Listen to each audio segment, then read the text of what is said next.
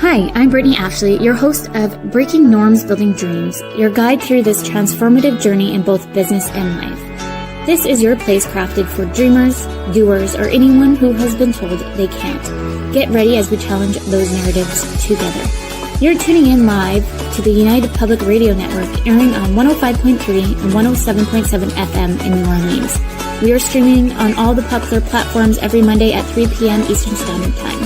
Join me for a candid and thought-provoking conversation celebrating your unique journey because you are worth it. Hello, everyone. Happy Monday. We're here again. For anyone just listening, you're listening to Breaking Norms, Building Dreams. I'm your host, Brittney Ashley, and we are broadcasting live on the United Public Radio Network and UFO Paranormal Radio Network on 105.3 and 107.7 in New Orleans. Get ready to escape the next hour as we break norms and build dreams with Ashlyn today. I'm so excited to have you. Thank you. I'm so excited to be here. So excited to tell everyone about the product and your journey, but I'll just do a quick little bio. Ashlyn is a nutrition coach and founder of Smart Sip Cream & Co., born in Saskatchewan and now in Vancouver Island. She helps over 700 people reach their weight loss goals and lost 35 pounds herself. Noticing that 90% of people don't get enough fiber, Ashlyn created Smart Sip, a creamy, fiber-rich, calorie-friendly, no sugar, gluten-free powder creamer that lets you enjoy delicious drinks without the side effects.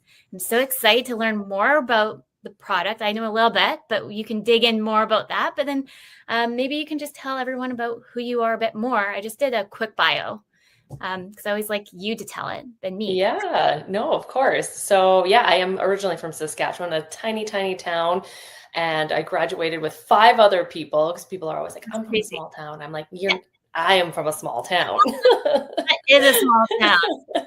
And you know what? I just decided winters in Saskatchewan were just too cold for us. So my husband and I and our dogs moved out to Vancouver Island in 2020 during the pandemic, which was a whole story on its own. We sold our house, bought a house sight unseen out here. Oh, wow. Everybody is like, I can't believe that you, we saw it on possession day. They're like, I can't believe you did that. And it's like, yeah, sometimes you just have to do what you have to do. It was just a weird time in the world. So yeah, we were set to live out here. So we just kind of made it happen. And from there, my nutrition coaching business, I'd been doing it for quite a few years at that time. And I love helping people reach their goals. Amazing, fantastic. I get to, share everything that I did on my own weight loss journey. But I was like, can I really do this when I'm 50 some years old, right? Is this going to be something I can do when I'm 60 years old? And honestly, when I looked deeper into myself, I was like, you know what? No, I don't think I can. And I need to come up with something that I can fill my passion with from there. So it was like, it took a couple years of a thought. I had come up with the idea. We used to take our winter road trips. We would drive down to Mexico or Arizona and spend a couple months there of the winter. And in the first year that we drove down there, I was like, you know what? I have this idea for this product. And I really think it could be a thing. I was telling my husband. And fast forward another year, I'd sat on the idea again for, another 12 months. And I was like, you know what I'm going to do when I get to Arizona this time? I'm going to make some appointments, try and find out where I can make this product idea that I have, because I truly believe that it is something that will be popular. So as soon as we got down to Arizona, I started reaching out to like food centers. I was like, I don't even know how to make this. Like, what do you do when you have an idea for a food product? And I wanted it to be shelf stable. I was like, I don't know how to make something like that. I need an expert to help me with this. So enlisted the help with a food center to come up with it. And, kind of the rest brings us to today. I now have a food product that is on shelves and I do sell direct to my customers. But it was kind of that journey of seeing what people needed and essentially like what my clients were needing, whether they were on their weight loss journey or they just wanted to live a healthier life. And I saw a gap in the market for a fiber rich powdered cream, or something convenient that was going to help people get more fiber in their diet and help them with their digestion and blood sugar regulation, help them feel fuller longer. And yeah, that's kind of everything that was encompassed into creating Smart Sip. Amazing. Well, thank you for sharing all that. I know my mom's like always listening. So Mom, go check it out.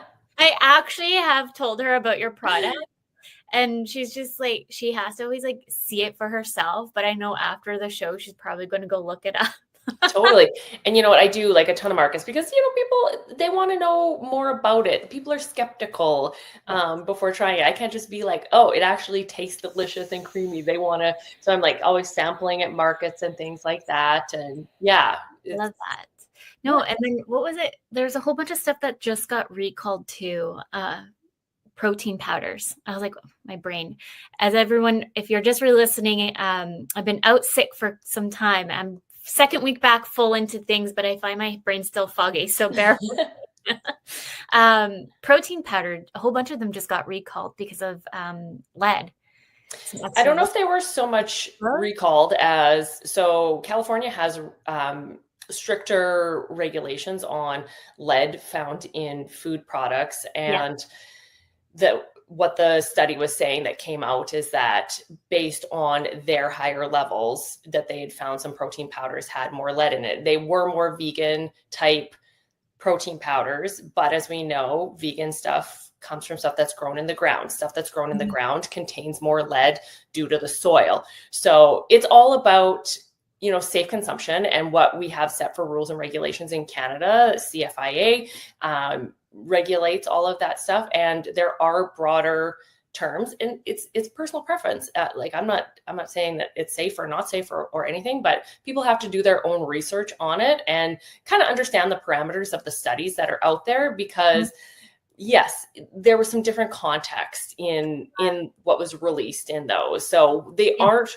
recalled to the public because they are still within safe parameters. They might be taken off shelves in California, but they do have different rules and regulations. And again, they were more from vegan stuff because there is higher lead due to the soil in vegan type products. So that was what I took from the study anyways. And we could tell everybody, you got to do your own research and find what's the best fit for you. Yeah, 100%. Well, it was actually my husband who was just like, you can't eat this anymore, and took it off. Yeah, exactly. And it's like, if you're not comfortable with it, don't do it. Right. Yes. Yeah. And that's the thing. And I think we do get overwhelmed because there's so much noise out there now. And just to even start to research, you can go down kind of a spiral. Maybe you can share a little bit on your journey of, because it's all about fiber, like getting more fiber into your diet. Was that always your initial thought? Like, I know that this is kind of the gap. I really want to create a product that is the fiber filling for everybody. Well, initially I was like, okay, I love a creamy coffee, and I like it wherever I am, whether we are, hiking, backpacking in the backwoods, or traveling, or wherever it is. I will not drink a black coffee, right? It's disgusting to me. And I'm sorry to all the black coffee drinkers who love it. It's just creamer's better. So I wanted to make a convenient product that was calorie friendly. So it had to have like decent macros in it, because one of the biggest things that I'm teaching nutrition clients is how to maximize food volume, right? You can eat one singular 1,000-calorie burger, or we can make a few swaps to make it more calorie friendly and then add in more foods, which is going to create more volume, keep you feeling fuller.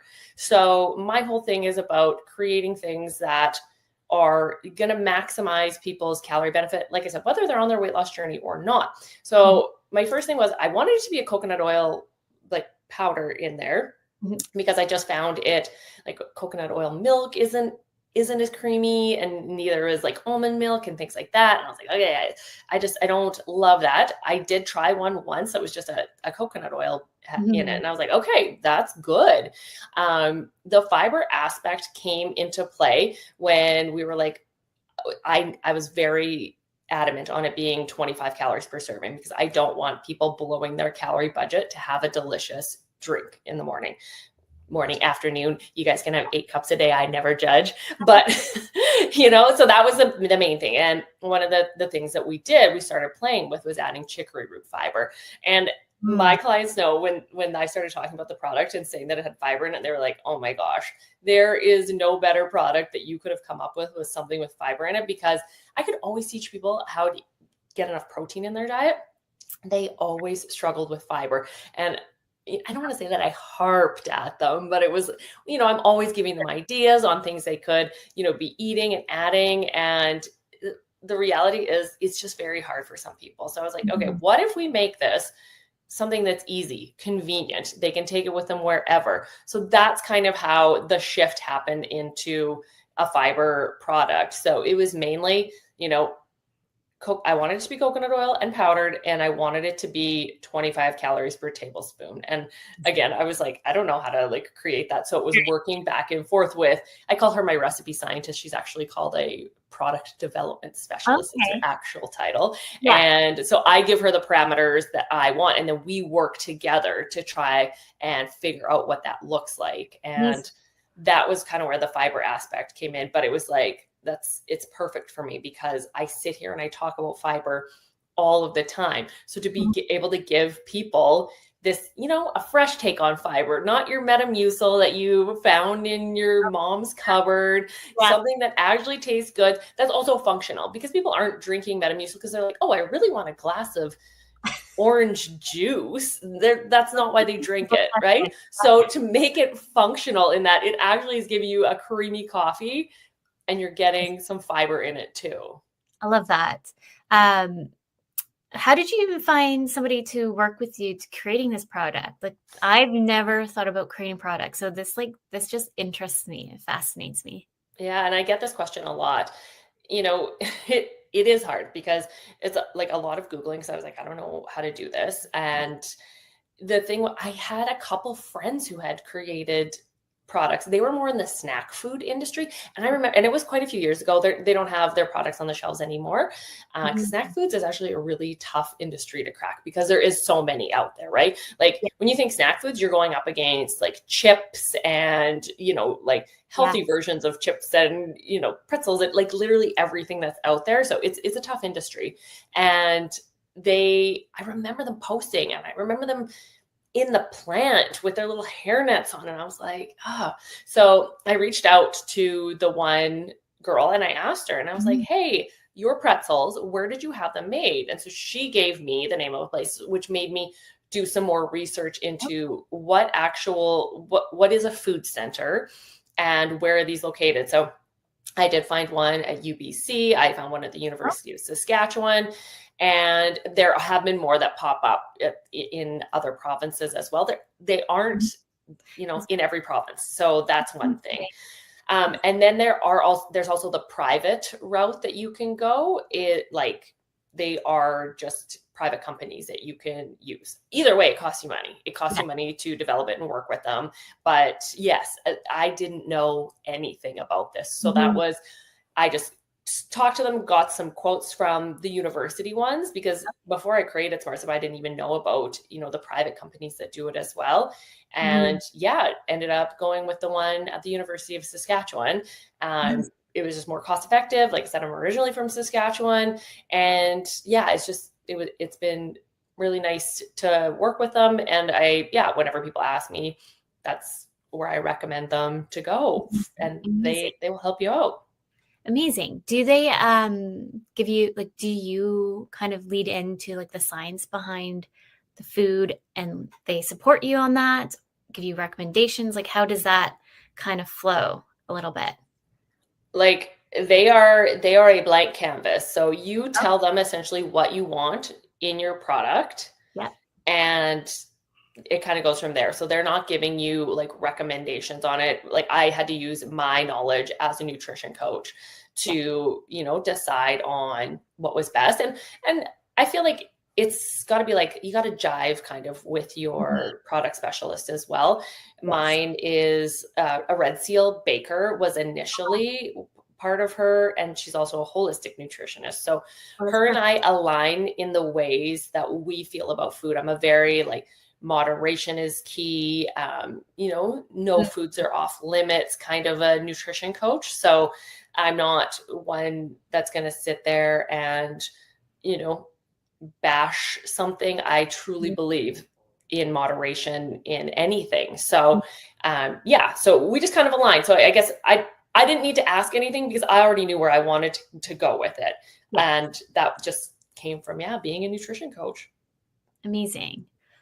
Well, I feel like I wouldn't even know where to start. And also too, like, I feel like you have to have a passion for, like, I have a passion for food and for reading like nutrition labels. And if I'm traveling, I go to a grocery store. That's one of the things that I love to do. I love going and seeing what they have to offer that's different than what we have to offer. And I'm flipping over the packages. And I feel like if someone's like not into that, then they're probably like, it wouldn't be a path that you would probably follow. Or, maybe other people who I know in the industry now, they maybe had a recipe of something that, was a family recipe or something like that, that was so delicious that they wanted to, mass produce. And like, how do I go about creating that? So that's either a thing, but mine was definitely reliant on the fact that I was a nutrition coach for all of those years. And I truly just, I love finding macro-friendly foods that taste good for people. And I was always recommending it to my followers. So when people were like, okay, she has a product, she's never done me dirty before on any of her food recommendations. I feel like I can trust her on this. And I truly believe that's how I built that trust with my followers, because over the years, that's all I've been doing is sharing with them different stuff that I used to buy and find at the grocery stores, the supplement stores and things like that. And they were like, okay, I trust her. That tasted good. I tried it. So I do think it kind of comes from like where you're at with like the product that you're creating. And mine was from a functional standpoint and from the fact that I am obsessed with like reading labels and finding options, better for you options. And I look at things like if I see like an International Delight coffee creamer in one of my clients' food logs, I'm like, oof, like I don't want to judge because I'm an all-inclusive person, but I was like, maybe we can just find like a better option than that, right? So I'm not judging on seed oils or sugar or carbs or anything like that, but there might be something out there that's going to help maximize somebody's weight loss journey. Yeah, I love that. Do you want to maybe I know you have a few different flavors, right? I have 2 different flavors right now. I have a classic, which is kind of just like plain cream. And then I call it vanilla ice cream. It's just a vanilla creamer. I'm currently working on a 3rd flavor right now, which I literally just had to let everybody know it's going to be taking longer to come out with it than I thought. Because we spent 13 months creating the first 2 flavors. So I really thought that it was going to be so easy, right? We have a base now. We can just add in caramel flavoring. Turns out there's like a million different caramel flavorings. Wow. And it's just, you don't have what you think is going to be good. And we tried a couple and I was just like, it's not it. And it was like, it was heartbreaking to like release them. People were so excited about an upcoming like December launch of caramel. I was like, I'm sorry, it won't be until early 2026 because I don't want to launch something that's not as like people are obsessed with the other 2 flavors.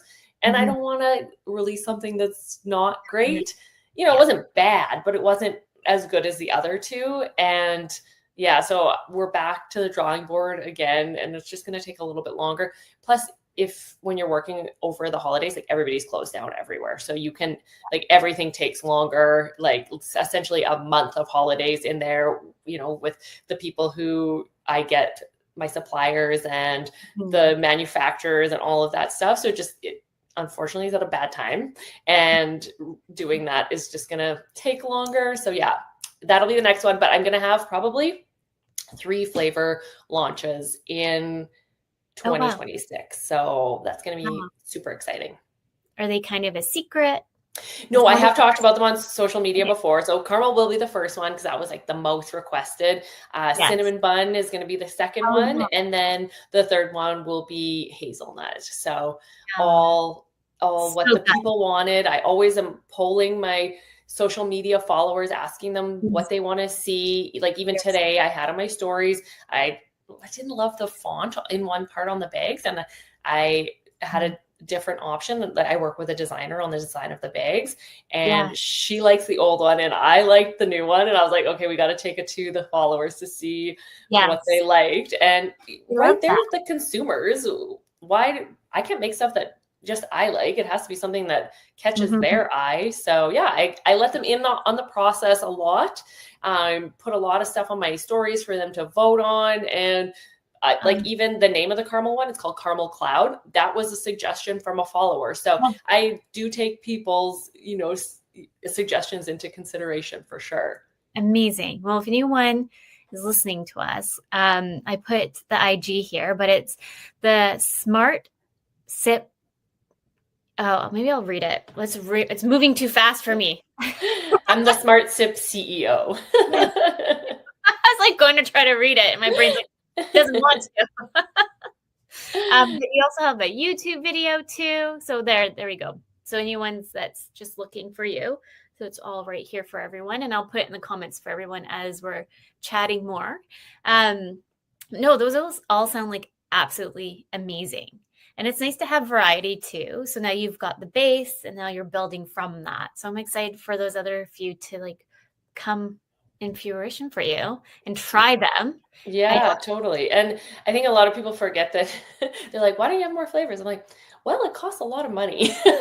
Yes, which was going to be my next question about investing, like how you got investors, because I know that's the one thing I've found going into different like networking events or any speakers. A lot of the women entrepreneurs that go up into just shine light on their business is the notion of sometimes it's really hard for them to find investors or even get investors sometimes. So maybe you have some tips and tricks for anyone listening. I don't, because I'm bootstrapping this business myself. So all of the money behind it has come from me. I do have a $25,000 line of credit as well as the $52,000 that we initially put into it. But yeah, so I do not have much but you know what? I do know somebody else who has a company, and literally they just posted on LinkedIn looking for investors. I was just going to say, so anyone listening, invest your money. But plus, like, I think like that's important for me for this first while. I want to bootstrap it as much as I can and, just sell creamer to produce more creamer. That's essentially what I'm doing with all of the money. Is all of the money just goes back into the business, which means, I don't make a lot of money right now. I do still have some nutrition clients on the side, but I do have a husband that supports me. So that is the only reason why I'm still in this game. But yes, I found that important. And, you and I had talked briefly that, I have plans to maybe do an audition for Dragon's Den in the spring, not so much for investment money, but more so for one, mentorship. Like I do truly believe that having some of those dragons on the panel with their connections and their mentorship to be telling you like next steps is huge. And I think that's kind of more important than even just the money aspect for it, because I believe you can get money from wherever. You can find investors if you're just asking around. So in that, I kind of want to go into the show being, it looks good to them when you don't have a ton of investors, when you have been bootstrapping it yourself, when you have been, you've taken the risk to go all in on a business. They love seeing that. And that's important for me. Also, I love the fact that I'm 100% female owned, Canadian, all of those things look good to them as well. So 100%. If anyone is listening who's from the States, it's Shark and equivalent to Shark Tank. If they don't know what Dragon's Den is.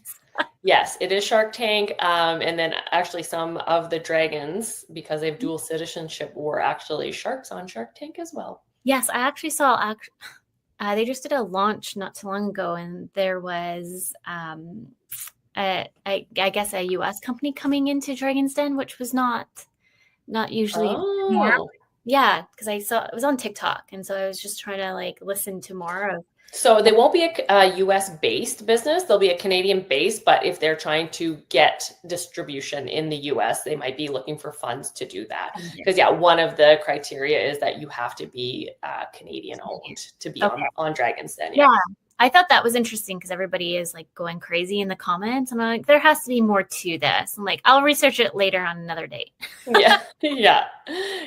No, because I saw that clip as well, and they will be Canadian owned, but they want to get distribution going in the US. Yes. Okay. Yeah. See, that's where this is why everyone, you need to research and dig deeper and ask more curious questions than just assuming what you see just on social media. Yeah, that's very true. People can be crazy on there, and a lot of it's clickbait too, right? They want to keep people interested. They want to keep them watching longer. So people say things on there that might not be the full truth 100%. Just to get people engaged. Yeah. 100%. And like, I think because my background in training is marketing, communications, PR, and that piece. So like, I knew there was more to the story, but my brain's like, I don't have time right now to dig into it. Yeah. Yeah. But a lot of people, when they first see it, I know, because you can tell from the comments, a lot of people were getting angry. And I was like, well, there has to be more to this, like either dual citizenship or something like that, you know? Yeah. And people also get angry if you want to get your Canadian product into the States right now, because, and I mean, people aren't the ones putting the money into these businesses. They can sit there and be, as angry as they want, but at the end of the day, it's hard to be in someone else's shoes, and somebody's product what if they want to be a worldwide? And I know people are upset with the States right now, but until you are in the shoes of the person spending the money behind their company, it's really hard to judge them for that. So sometimes I see people in the comments being upset about that as well. And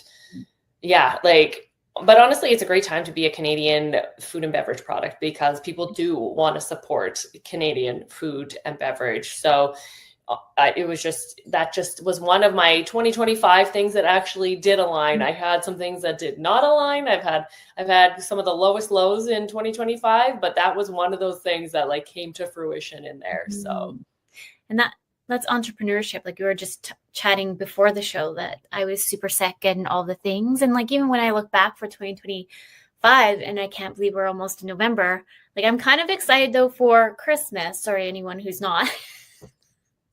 Because for me, I feel like that finally gives me the opportunity of a break. That's why I feel like I'm super excited for it, because I know the kids are off.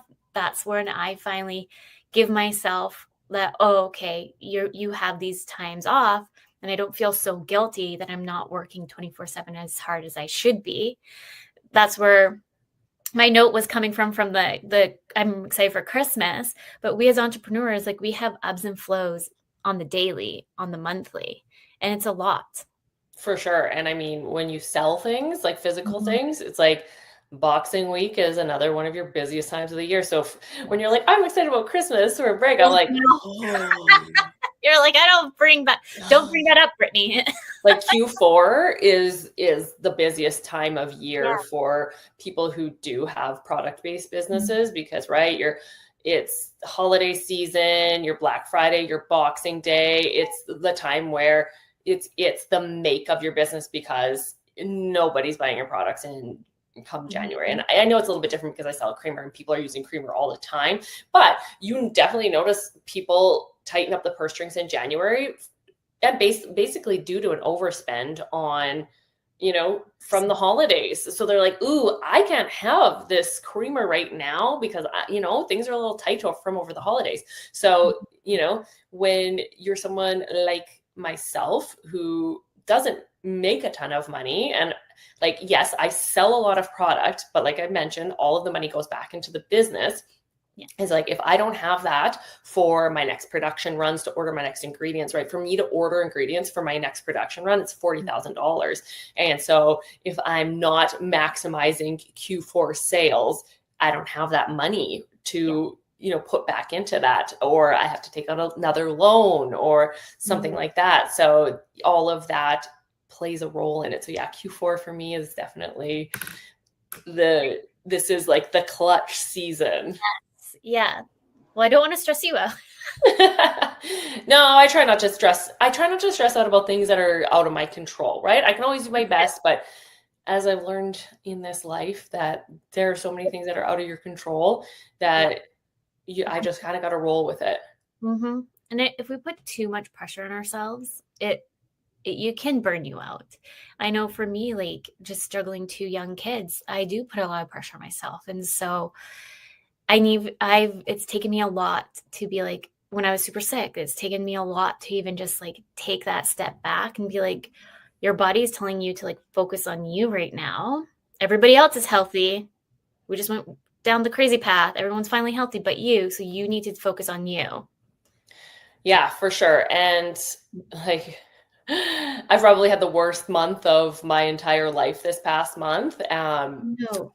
Our dog died unexpectedly in the middle of the night. And then the next day, my mom phoned to say that my dad was going into the hospital on palliative care and he passed away 2 weeks later. So, I'm so sorry. yeah. And I mean, like, those are the types of things that you deal with as a business owner. Things don't stop and you just have to roll with what you're given with. So, but people are amazing in my customers that they, don't expect too much, but it's also my job running a business to get people their orders on time. And just because something horrible happened, I can't just be like, well, I don't feel like sending this out to you today because I just am not in the mood. It's still my job. And as a one-person business, it's like, yeah, your dog can die one day and your dad can die 2 weeks later. And that just happens. And it's incredibly sad. But at the end of the day, I still have to run this business. And, I had to pitch I was nominated for Product of the Year. My dad passed away on a Saturday, and 4 days later, I had to go and pitch my product to BC Food and Beverage. I was one of the nominees for the Product of the Year award. So, I was there at the office, and it's like, they were like, we can put your nomination for next year's awards. And I was like, you know what, this was something my dad was like proud of me for doing. So I'm not going to be like, oh, I'm too sad to do this. I'm going to show up and, do my best for it. And, he knew that I was coming to do this. Like, he knew that this was something I had to come and do that week. So I just felt it would be a disservice to him to be like, well, no, I'm not in the mood to do this. It's like, sometimes you just have to do things that you don't really want to. And that comes with life in general, right? I can be like, oh, I'm too tired or too sad to eat well or move my body and things like that. And it's like, is that going to do me any good in the long run? Other people are like, well, maybe you're putting too much pressure on yourself. And it's like, this is just how I like deal with my stuff, and everybody deals with it differently. So it's not saying that everybody has to pull up their big girl pants and forget that they're sad and do stuff. That doesn't work for everybody. But for me, like, this is a way that I heal and that I deal with things. So when, it was like, I could not do this, or I could do something that was still going to make him proud. So, it was also like part of the reason why I ended up, like, why I created the product. And, my dad was a farmer from Saskatchewan. I wanted to help people get more fiber in their diets. So yeah, he had terminal colon cancer for 8 years and fought that battle courageously that entire time. And that made me proud. And it was something that I talked to a lot about with people, when just on my social media with my nutrition clients, things like that. I never want to see anybody go through that. It's a horrible journey to have to deal with, and it's all consuming. So yeah, like everything. He was also an entrepreneur, so I'm very much like him. And people are like, farmers, entrepreneurs. It's like, well, he wasn't just a farmer, he had other businesses too, but being a farmer is an entrepreneur. They're still running their own business. And, we had cattle and things like that, and devastating things happened to him throughout the years too, but he still showed up for him and his business and still had to get things done. And I, took after that, and just doing stuff to try and make him proud as well. So yeah, everybody deals with everything differently. And this is just the best way that I know how to deal with it.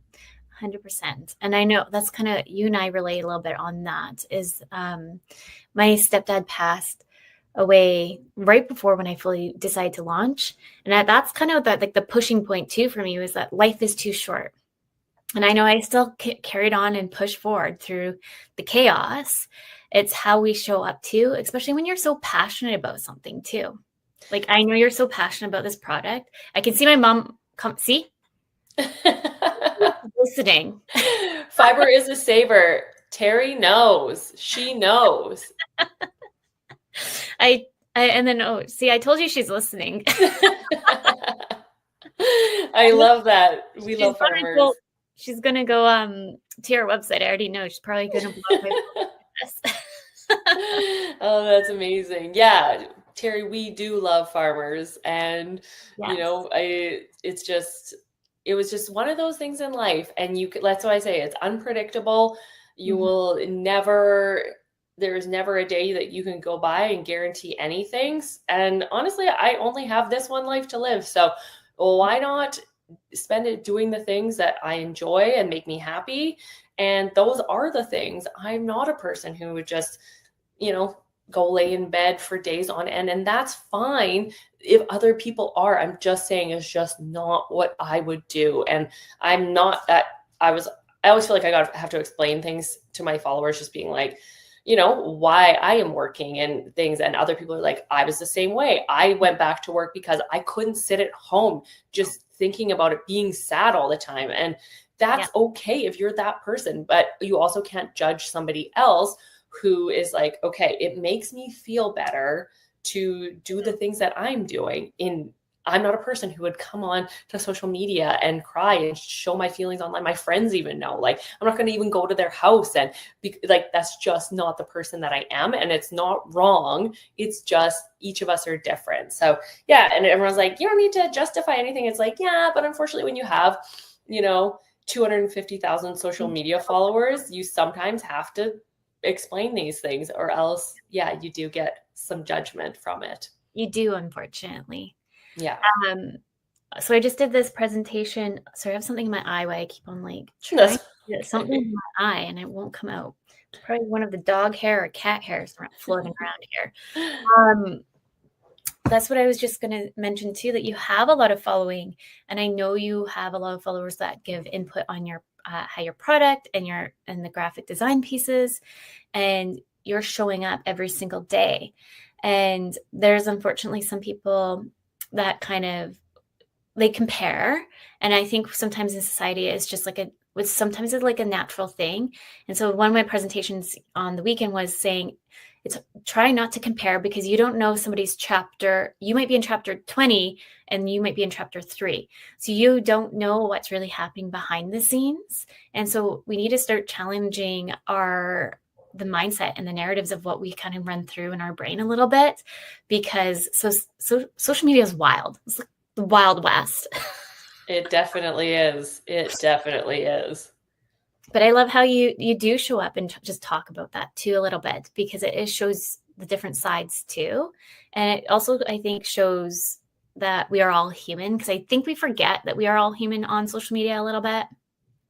Yeah, people definitely get a sense of entitlement when they're on there. It's like, well, if you're sharing this online, then I get to say whatever I want on it. And first of all, COVID made things so much worse when it came to keyboard warriors. These people would never say these things in real life to people's faces, but they feel safe and comfort behind the screen of their computer, knowing that they can say absolutely unhinged things and not really care about the repercussions of it. And unfortunately, that was something that I just kind of had to get used to. Nobody should have to get used to it, just, people saying rude things. But if you're videos that get millions of views don't get millions of views for being people pleasing. And that's the unfortunate reality of it.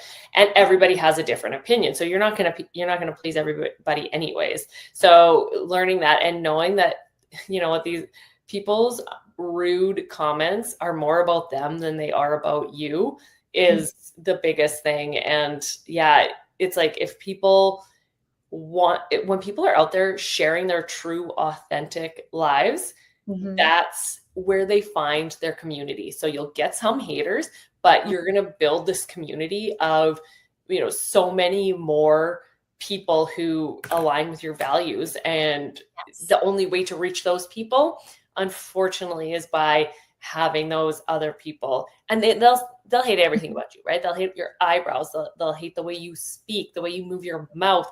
Trust me, I have heard it all. And it's like, I know, like, I've always known I'm not everybody's cup of tea.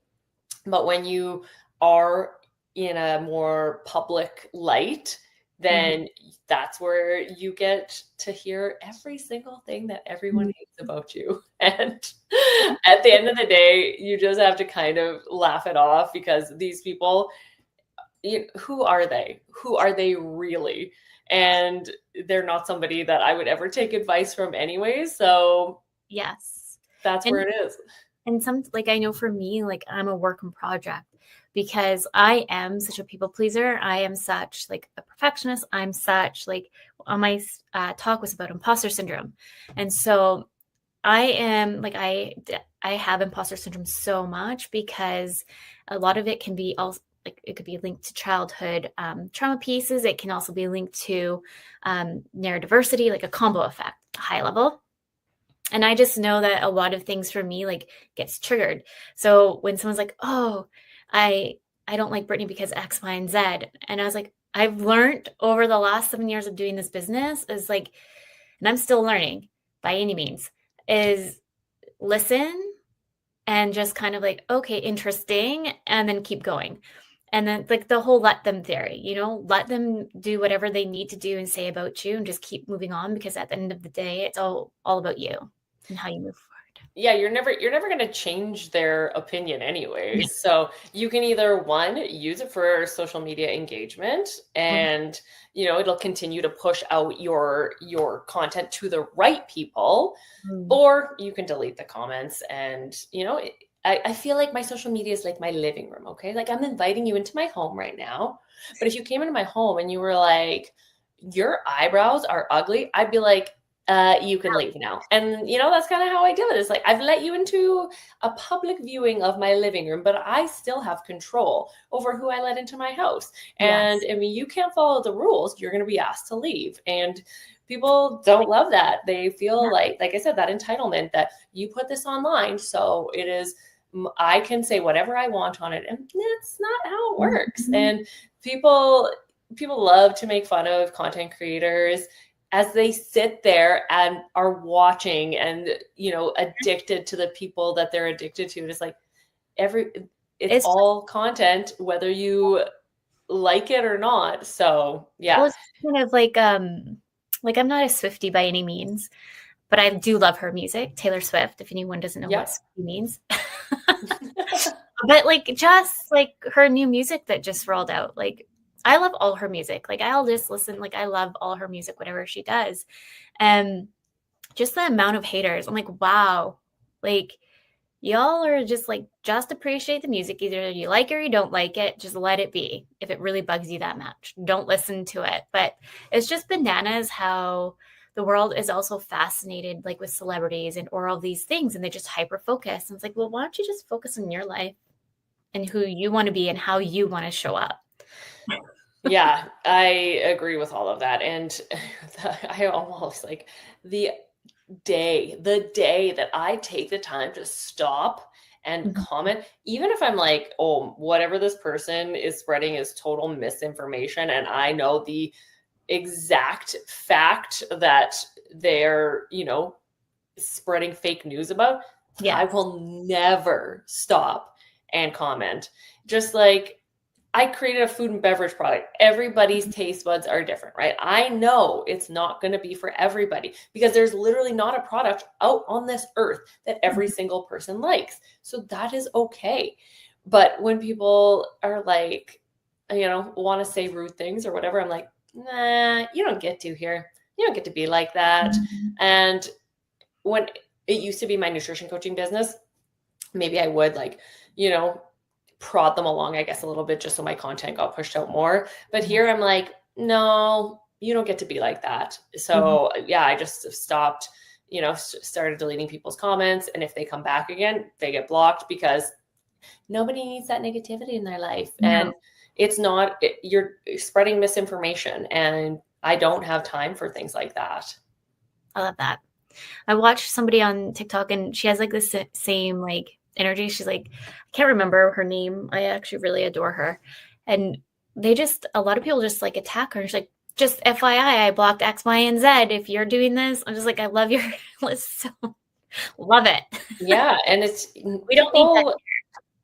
People don't need that. And you're not changing the creator's mind about anything. Like, if you're that person who leaves snide comments, I'm sorry, you have not changed one single person's mind. You've not changed one person who buys their product or service or whatever. You've not changed the creator's opinion. So just like, leave it be. Let people do their own research and leave it be. Yeah, 100%. We're going to be close to time here. I told you it was going to go by really fast. Yes.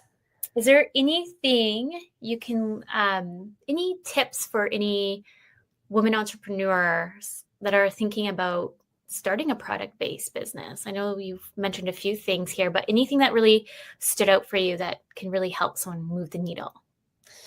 Honestly, if you're not watching Dragon's Den or Shark Tank, you need to start. You need to go back and watch as many episodes as possible. You need to know numbers, product pricing. You need to do all of the research on that before you're launching your product. And so many people are like, oh, I have this great product. They launch it, and then their margins are too small. Like, what people don't realize is, to be able to be listed in a grocery store or a large chain, it's, one, you're selling them a discounted product. Two, they're usually listing fees. So it costs you money. You're essentially renting space on the shelf of that store. Three, you have a percentage that goes to a distributor. Oh my goodness. Maybe you've got a broker that's taking care of all your So it's like, if you don't have big enough margins, you're making $0. You might even be losing money at that point. So costing is huge in this. And I learned all of my information beforehand from watching every single episode of Dragon's Den that I could go back and watch, and not just on food-based, but on all product-based businesses, and just to see where do I need to be to make this viable even. So you can have as much passion, and everybody's on a different journey. If it like fills your cup to sell it at the farmer's market every weekend, do it, fill your boots. But if you're someone who's like, no, I'd like to sell it in a grocery store and retail or something someday, it's like, those are all the things that you need to take into consideration if that is a goal of yours. Amazing. Well, thank you for that. I think that was very valuable, especially for pricing too. Like, even for even business services, like for myself, I actually had this conversation over the weekend that for women entrepreneurs, we struggle with pricing and really hard to like nail those down. So even just having a notion where to start is amazing. So and like keeping in mind that, I've had three ingredient price increases since I launched. I'm only been in business 6 months. So if you don't have it priced well enough, you don't have enough cushion to eat that cost. And there's nothing worse than underpricing yourself and having to go back and lower your prices. That's going to hurt your business more than anything. You need to be priced right initially, than having to try and raise prices afterwards. Yes, 100%. Makes sense. Here is your website that's going through, but maybe you can just highlight, since we're on the prices topic, how much it is to purchase the product and where to find it here in Canada. Can they find it in the States? Can they order online?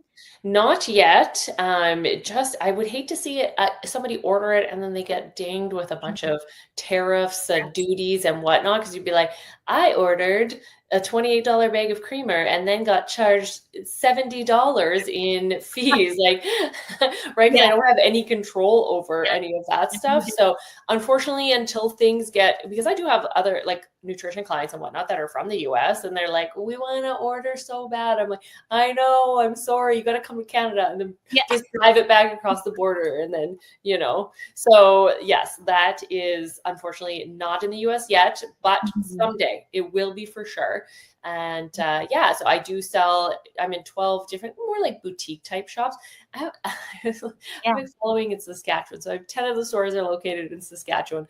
2 of them are located on Vancouver Island. So those are my main ones now. I don't have any in Alberta. And right now I'm not approaching stores. I'm just waiting for them to approach me because I am starting to run low on stock and I need another production run here very quickly.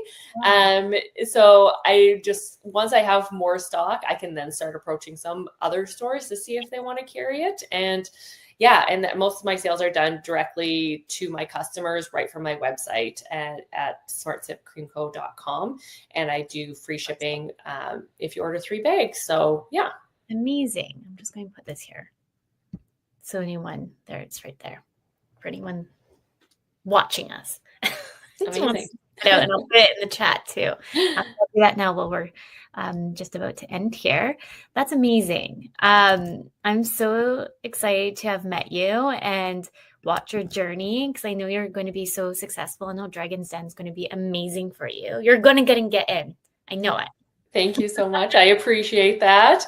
It's all about, it's got to be a story because it's still TV after all. And you have to be engaging. If you're boring, nobody wants anybody that's boring. So I got to turn it up a notch. Yes, I do think you have a good story, a great product, and everything in alignment to what they are looking for. So I can't wait to watch when you're on there. I was just going to ask you one more thing before we jump off, because you mentioned here on Vancouver Island, where can they, do you mind just being let us know where exactly? Yeah, so the market on Millstream in Langford carries it, as well as it's called Urban Oasis, and it is on West Saanich Road.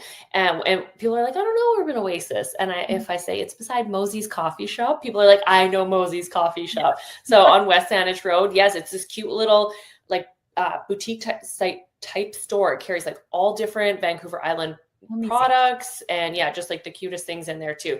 Market on Millstream, really great for supporting Canadian businesses too. So, and it's a full-blown grocery store as well. So 2 locations there. And then I'm always popping up doing markets, probably 2 or 3 markets every month where people can come and taste it. And for that, they either just have to be, checking my website for the dates or following me on Instagram. I'm always updating where I'm going to be at next. The next one I'm actually going to be is in Vancouver at the National Women's Show, November 8th and 9th. And then all the Christmas markets after that. So I have a ton that I'm going to be posting about on Instagram. Amazing. So everyone listening and or viewing right now, make sure you go follow Ashlyn on Instagram. It sounds like you're very active compared to me. I'm active. I just feel like when I can post something, then I will. It's more. It's about, and I've been less active lately because it's not really that is one of the things that I haven't really felt like doing lately is filming content. So, I have found that a little bit harder, but been really great to, take a step back from that and just get a whole bunch of work done that had been kind of sitting in my inbox for a while. So maybe this week is the week that I get back to it. And it's okay to have a break if you're feeling like anyone's listening out there and they're like, totally. Yeah. And you know what I did? I reached out to an ads manager and she's just did some post boosting for me and it takes the pressure off a little bit. So kind of, I did that instead. I love that. Thanks. Well, thank you so much for coming on today. And for all the listeners, please tune in next week to Breaking Norms, Building Dreams. A big thank you to United Public Radio Network and UFO Paranormal Radio Network. And we will all see you next week. And with that, I hope everyone remembers that your journey is unique and your worth is unquestionable. Thank you, everyone.